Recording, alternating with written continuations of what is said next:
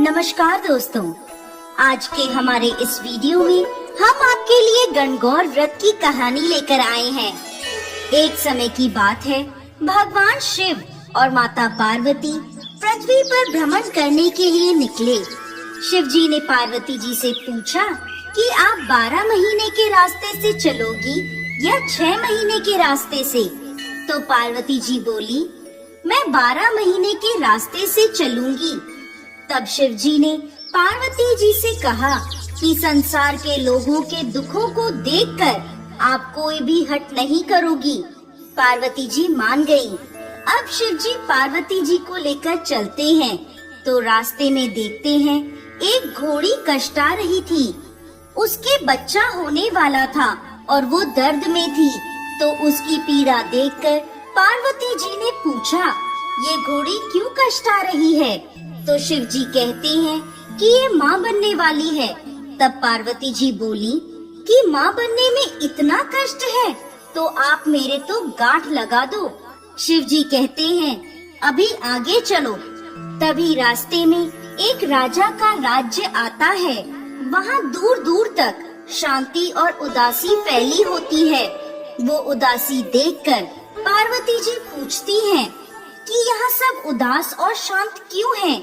तब गांव के लोग कहते हैं, हमारे नगर की रानी माँ बनने वाली है और कष्ट में है, इसीलिए हमारे गांव में उदासी छाई है।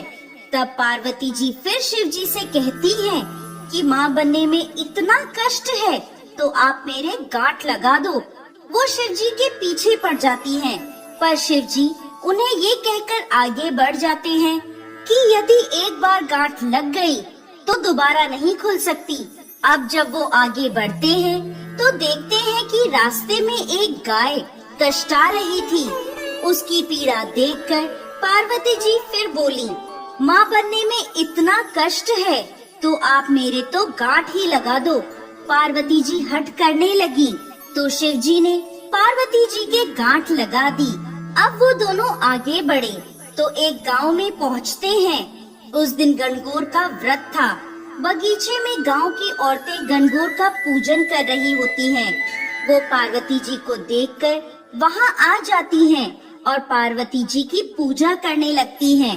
इस पर खुश होकर पार्वती जी उनको सारा सुहाग बांट देती हैं। शिव जी पार्वती जी को ढूंढते ढूंढते वहां पहुंचते हैं तो पार्वती जी को फूल और पत्तों से ढका हुआ पाते हैं।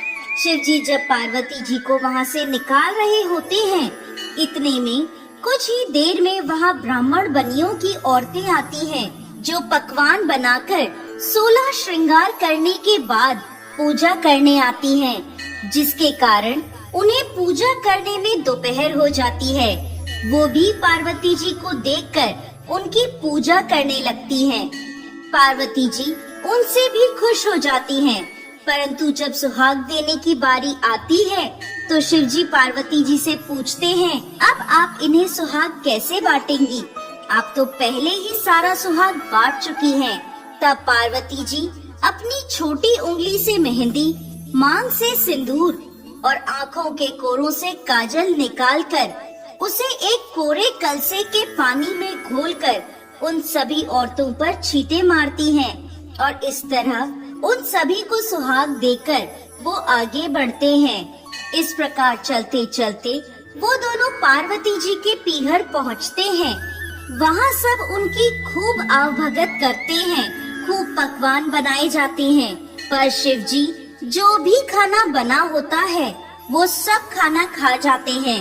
अब पार्वती जी क्या खाएं? तो वे बथुए की साग खाकर पानी पी लेती हैं। दोपहर में जब वो दोनों विश्राम करते हैं तो शिव जी पार्वती जी से पूछते हैं कि आपने क्या खाया? तो पार्वती जी कहती हैं, जो आपने खाया वही मैंने खाया। पार्वती जी के सोने पर शिव जी उनके पेट की नाभि की ढकनी खोलकर देखते हैं कि पार्वती जी ने क्या खाया। तो उनके पेट में बथुए का साग और पानी दिखता है। पार्वती जी के जागने के बाद शिव जी उनसे कहते हैं, आपने हमसे झूठ बोला था, आपने तो बथुआ और पानी पिया है। तब पार्वती जी उनसे हट करती हैं कि आज के बाद कोई भी किसी भी महिला की ढकनी खोलकर नहीं देखेगा, अर्थात आज के बाद कोई भी किसी भी महिला के पेट में नहीं देख सकेगा, क्योंकि किसी भी महिला के पेट में उसके ससुराल और पीहर की लाज होती है। आप वचन दें, तब शिव जी को वचन देना पड़ता है। उसके बाद से अब तक किसी की भी ढकनी नहीं खुलती है। अब वो दोनों वापस कैलाश पर्वत की ओर निकलते हैं, तो रास्ते में गाय अपने बछड़े को चाटती हुई मिलती है और खूब खुश दिखाई देती है। ये देखकर पार्वती जी शिव जी से अपनी गांठ खोलने को कहती हैं, तो शिव जी कहते हैं, मैंने आपको पहले ही कहा था कि गांठ मत लगवाओ, लेकिन आपने तो जिद पकड़ ली। अब वो दोनों आगे बढ़ते हैं, तो राजा के गांव में खूब ढोल नगाड़े बज रहे होते हैं, मिठाइयाँ बांटी जा रही होती हैं, लोग खूब नाच गा रहे होते हैं और खुशियाँ मना रहे होते हैं। पार्वती जी लोगों से पूछती हैं, यहाँ क्या हुआ? तो सब बताते हैं, नगर की रानी के यहाँ बेटा होने की खुशी का जश्न मनाया जा रहा है। इसी तरह वो आगे चलते हैं, तो उन्हें घोड़ी भी अपने बच्चे के साथ खूब खुश दिखाई देती है। ये देखकर पार्वती जी फिर शिव जी से गांठ खोलने की जिद करने लगती हैं।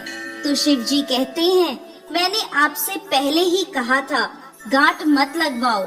यहाँ मृत्यु लोक में हर चीज आपको लुभाएगी, परंतु आप नहीं मानी, आपने जिद पकड़ ली। पार्वती जी के फिर हट करने पर शिव जी पार्वती जी की गांठ खोल देते हैं और वो दोनों कैलाश पर्वत पहुंच जाते हैं। हे भगवान शंकर, जैसे पहले माता पार्वती के गांठ लगाई, किसी पर भी गांठ मत लगाना, और जैसे बाद में पार्वती जी की गांठ खुली, वैसे इस कहानी को कहते, सुनते और हुंकार भरते